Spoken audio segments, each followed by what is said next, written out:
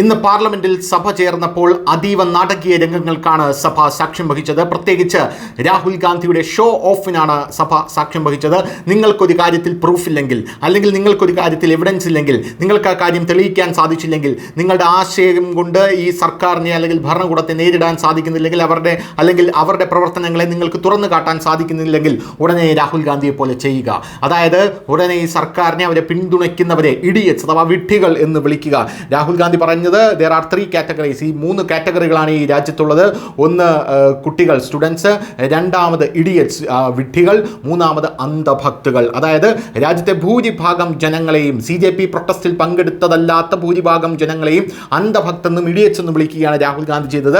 രാഹുൽ ഗാന്ധി അദ്ദേഹത്തിൻ്റെ സ്വതസിദ്ധമായിട്ടുള്ള ശൈലിയിലേക്ക് തിരിച്ചു വന്നിരിക്കുന്നുവെന്നാണ് BJP ഇതിനെ വലിയ രീതിയിൽ വിമർശിച്ചത്. പോരാത്തതിന് കിരൺ റിജിജു വലിയ രീതിയിലുള്ള വിമർശനം രാഹുൽ ഗാന്ധിക്ക് നേരെ നടത്തി. അദ്ദേഹം പറഞ്ഞത് എന്ത് കാര്യത്തിലാണ്, അതായത് എവിഡൻസ് ഇല്ലാതെ ഓരോ കാര്യങ്ങൾ ചുമ്മാ തട്ടിവിടുക, ഈ തട്ടിവിടുന്ന കാര്യങ്ങൾ കോൺഗ്രസ് ഹാൻഡിലുകൾ വഴി പ്രചരിപ്പിക്കുക, ഈ പ്രചരിപ്പിക്കുന്ന കാര്യങ്ങൾ സത്യമാണെന്ന് ജനങ്ങളെ വിശ്വസിപ്പിക്കുക.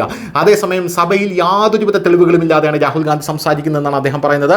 Parliament is not your drawing room where you can speak anything in front of the camera and walk away. അതായത് പാർലമെന്റ് താങ്കളുടെ ഡ്രോയിങ് റൂം അല്ല, അവിടെ താങ്കൾക്ക് എന്തും വിളിച്ചു പറഞ്ഞ് നടന്നു പോകാനായിട്ട് സാധിക്കില്ല, അതിന് എവിഡൻസ് വേണം എന്നാണ് കൃത്യമായി കിരൺ റിജിജു പറഞ്ഞത്. How can you make such serious allegations about firing order without proof? അതായത് ഇവിടെ ഫയറിംഗ് ഓർഡർ, അതായത് വിദ്യാർത്ഥികൾക്ക് നേരെ വെടിവെക്കാൻ ഉത്തരവ് നൽകിയിരിക്കുന്നു എന്ന് താങ്കൾ പറഞ്ഞിരിക്കുന്നു. ആ ഓർഡർ എവിടെയാണ്? ആ ഓർഡർ താങ്കളുടെ കയ്യിലുണ്ടോ? അത് പ്രൂഫ് ഇല്ലാതെ താങ്കൾ എങ്ങനെയാണ് പറയുന്നത് സർക്കാർ വിദ്യാർത്ഥികൾക്ക് നേരെ വെടിവെക്കാൻ ഉത്തരവ് നൽകിയിരിക്കുന്നു എന്നുള്ളതാണ് കിരൺ റിജിജു ചോദിച്ചത്.